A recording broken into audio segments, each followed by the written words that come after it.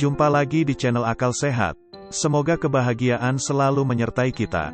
Kali ini akan dibahas kisah tentang kisah sukses Mark Zuckerberg, pendiri Facebook sekaligus kini pemilik Instagram, WhatsApp, dan Messenger. Bagaimana perjalanan hidup Mark Zuckerberg hingga menjadi raja media sosial? Simak video ini hingga selesai agar Anda dapat memahami kontennya secara lengkap. Sebelum lanjut, jika berkenan, silakan subscribe channel ini, like, share, dan komen, agar kami dapat terus membuat konten yang lebih inspiratif. Berikut uraian kisahnya. Masih muda, namun ia sudah dikenal sebagai pemuda terkaya di dunia karena Facebook. Ia dikenal sebagai penemu atau pendiri dari media sosial Facebook, ia adalah Mark Zuckerberg. Laki-laki yang bernama lengkap Mark Elliot Zuckerberg ini lahir di kawasan bernama Dobbs Ferry, Westchester County, kota New York. Anak dari Edward dan Karen Zuckerberg. Ia adalah anak kedua dari 4 bersaudara dari orang tua pasangan dokter gigi dan psikiater. Sejak kecil Zuckerberg suka mengutak-atik komputer, mencoba berbagai program komputer dan belajar membuatnya. Ayahnya sendiri membelikannya komputer sejak ia berusia 8 tahun. Saat di sekolah menengah Phillips Exeter Academy, ia dan rekannya, D'Angelo, membuat plugin untuk MP3 player Winamp. Plugin adalah program perangkat lunak komputer yang bisa berinteraksi dengan aplikasi host seperti web browser atau email untuk keperluan tertentu. Zuckerberg dan D'Angelo membuat plugin untuk menghimpun kesukaan orang terhadap aneka jenis lagu dan kemudian membuat playlistnya sesuai selera. Mereka mengirimkan program itu ke berbagai perusahaan termasuk ke American Online dan Microsoft. Pada tahun terakhirnya di Philips, ia direkrut oleh Microsoft dan AOL untuk suatu proyek. Saat melanjutkan sekolah ke perguruan tinggi keduanya harus berpisah. D'Angelo masuk Caltech sedangkan Zuckerberg masuk Harvard. Di Harvard inilah Zuckerberg menemukan ide membuat buku direktori mahasiswa online karena di universitasnya tidak membagikan Facebook, buku mahasiswa yang memuat foto dan identitas mahasiswa di universitas itu, pada mahasiswa baru sebagai ajang pertemanan di antara mereka. Namun setiap kali ia menawarkan diri membuat direktori itu, Harvard menolaknya. Mereka mengatakan punya alasan untuk tidak mengumpulkan informasi. Mahasiswa, ini, ujar Zuckerberg kemudian. Meski ditolak, ia selalu mencari cara untuk merealisasikannya. Saya ingin menunjukkan kalau hal itu bisa dilakukan, lanjutnya. Proyek pertamanya adalah course match yang memungkinkan teman-teman sekelasnya berkomunikasi satu sama lain di website tersebut. Suatu malam di tahun kedua ia kuliah di Harvard, Zuckerberg mengambil data mahasiswa Harvard dan memasukkannya ke dalam website yang ia buat bernama FaceMesh. Sejumlah foto rekan mahasiswanya terpampang di situ. Tidak lupa ia menambahkan kalimat yang meminta pengunjungnya menentukan mana dari foto-foto ini yang paling hot. Pancingannya mengena. Dalam tempo 4 jam sejak ia meluncurkan website itu tercatat 450 orang mengunjungi FaceMesh dan sebanyak 22.000 foto mereka buka. Pihak Harvard mengetahuinya dan sambungan internet pun diputus. Zuckerberg diperkarakan karena dianggap mencuri data.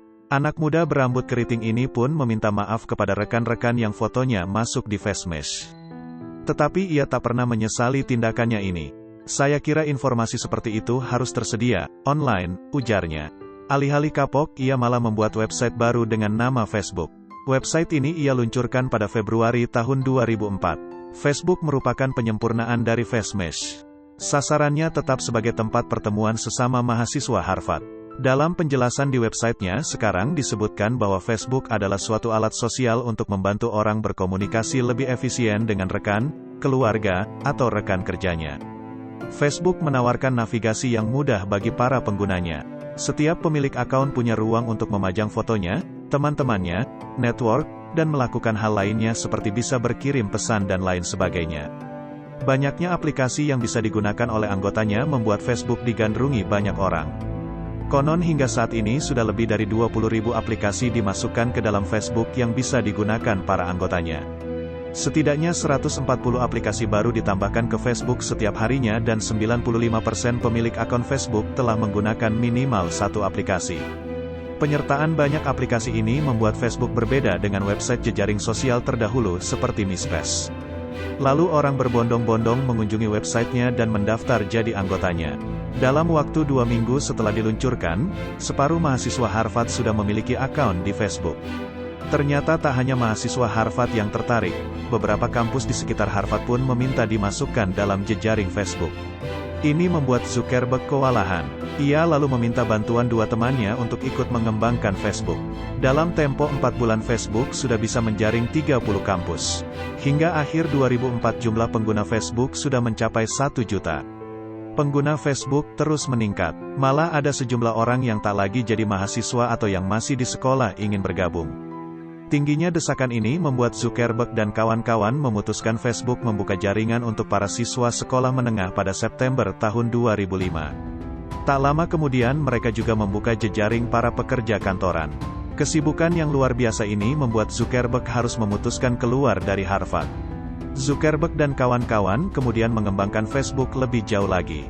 Pada September tahun 2006 Facebook membuka pendaftaran untuk jejaring umum dengan syarat memiliki email. Sejak itulah jumlah anggota Facebook melesat. Saat ini jumlah anggota aktifnya mencapai 70 juta di seluruh dunia. Jejaring yang dihimpunnya mencapai 6 juta jaringan. Kelompok pertemanan, meliputi 55.000 jaringan berdasarkan demografi, pekerjaan, sekolah, kolegial, dan sebagainya. Setiap harinya ada 14 juta foto di-upload, dimasukkan ke Facebook.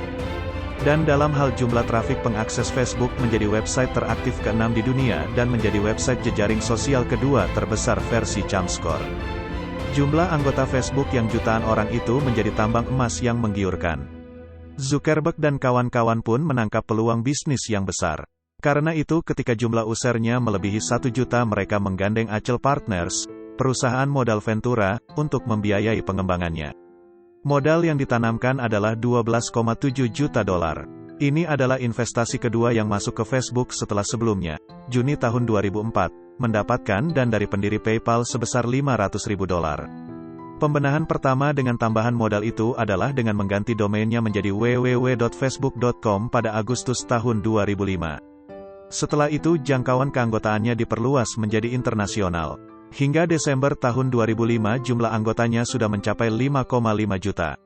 Meski jumlah usernya meningkat tajam pada tahun 2005 disebutkan Facebook mengalami kerugian sampai 3,63 juta dolar. Facebook kemudian mendapatkan dana sebesar 25 juta dolar dari Greylock Partners dan Meritech Capital Partners. Dana itu digunakan untuk meluncurkan versi mobile-nya. Pada September tahun 2007 Microsoft melakukan pendekatan dan menawarinya membeli 5% saham senilai sekitar 300 juta dolar hingga 500 juta dolar. Jika nilai itu disetujui maka nilai kapitalisasi Facebook sudah mencapai 6 miliar dolar hingga 10 miliar dolar atau sekitar 54 triliun rupiah hingga 90 triliun rupiah. Namun Microsoft akhirnya mengumumkan hanya membeli 1,6% saham Facebook dengan nilai 240 juta dolar pada Oktober tahun 2007. Transaksi ini menunjukkan nilai kapitalisasi Facebook ternyata lebih tinggi yaitu sekitar 15 miliar dolar, sekitar 135 triliun dolar. Setelah itu sejumlah tawaran mengepung Facebook. Lee Ka-shing disebut-sebut ikut menginvestasinya sekitar 60 juta dolar pada November tahun 2007. Lalu ada berita yang menyebutkan Viacom, Yahoo, Google, dan sebagainya pun ikut menawar untuk membeli Facebook. Sejauh ini Zuckerberg mengatakan Facebook tak akan dijual. Melesatnya bisnis Facebook membuat Zuckerberg menampuk kekayaan yang luar biasa. Majalah Forbes menyebutkan kekayaan Zuckerberg sendiri mencapai 1,5 miliar dolar atau sekitar 13,5 triliun rupiah di awal masuknya Facebook ke pasar saham. Jangankan untuk anak seusia Zuckerberg, untuk orang dewasa pun harta sebanyak itu tentu jumlah yang luar biasa besar. Maka wajar jika majalah itu menobatkannya sebagai the youngest self-made billionaire on the planet. Prestasi yang diraih Zuckerberg tak benar-benar mulus. Sejumlah perkara ia dapatkan sehubungan dengan Facebook. Termasuk dari rekannya di Harvard yang menyebutkan rancangan Facebook sebenarnya tiruan dari ConnectU. Namun Zuckerberg tetap bergeming bahwa Facebook merupakan hasil karyanya. Meskipun ConnectU kalah dalam persidangan pertama, perusahaan ini mendaftarkan gugatan baru pada Maret tahun 2008. Kontroversi juga datang dari negara-negara seperti Myanmar, Bhutan, Syria, Arab Saudi, Iran dan sebagainya yang menyebutkan kalau Facebook mempromosikan serangan terhadap otoritas pemerintahannya sehingga akses terhadap Facebook di negara tersebut ditutup. Di tengah sejumlah kontroversi itu, nama Facebook dan Mark Zuckerberg tetap digandrungi banyak orang. Zuckerberg sendiri di tengah kepopuleran namanya dan jumlah kekayaan yang dimilikinya, ia tetap sederhana. Ia masih tinggal di apartemen sewaan dan di kamarnya hanya tersedia sebuah meja dan kursi. Kasurnya diletakkan di lantai. Kala datang ke kantornya di Palo Alto, Zuckerberg kerap berjalan kaki atau mengendarai sepeda. Tak tampak sebagai miliuner, dalam US dolar, tentunya, atau triliuner, dalam rupiah. Forbes mencatatnya sebagai miliarder termuda, atas usaha sendiri dan bukan karena warisan, yang pernah tercatat dalam sejarah. Awal tahun 2009 Mark Zuckerberg mendapat penghargaan Young Global Leader. Usia Mark Zuckerberg baru 30 tahun, tetapi ia bisa menghasilkan 44 miliar dolar AS. Keberhasilan pria pendiri Facebook, salah satu situs jejaring sosial ternama di dunia, ini membuatnya nangkring dalam jajaran 10 orang terkaya di dunia versi Forbes. Tidak hanya itu, dalam jajaran tersebut ia juga dinobatkan sebagai orang kaya yang paling muda. Di tahun 2017, menurut majalah Forbes total kekayaan Mark Zuckerberg sebesar 51,8 miliar dolar Amerika Serikat atau sekitar 663 triliun rupiah yang masih menobatkan dirinya sebagai anak muda paling kaya di dunia. Tidak hanya itu, kekayaan Mark Zuckerberg bertambah 44 triliun setiap harinya, satu hari. Saat ini tidak hanya Facebook yang dimiliki Mark, tapi dialah orang di balik suksesnya akuisisi Instagram, WhatsApp, Messenger dan masih banyak lagi perusahaan teknologi yang jatuh di pelukan Facebook. Hal ini tidak heran, Facebook menjadi raksasa sekaligus raja di bidang sosial media yang patut diperhitungkan bagi pesaingnya mengenai kehidupan pribadi Mark Zuckerberg seperti yang dikutip dari Kompas.com, Mark Zuckerberg memiliki kekasih bernama Priscilla Chan.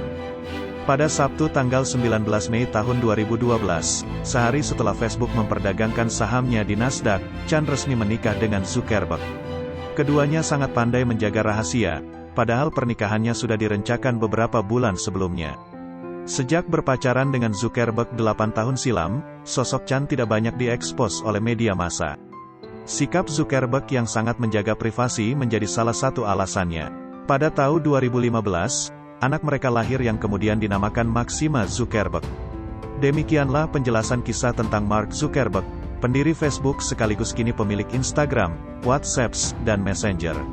Semoga kisah hidupnya dapat menginspirasi kita semua. Sekian dan terima kasih. Salam akal sehat.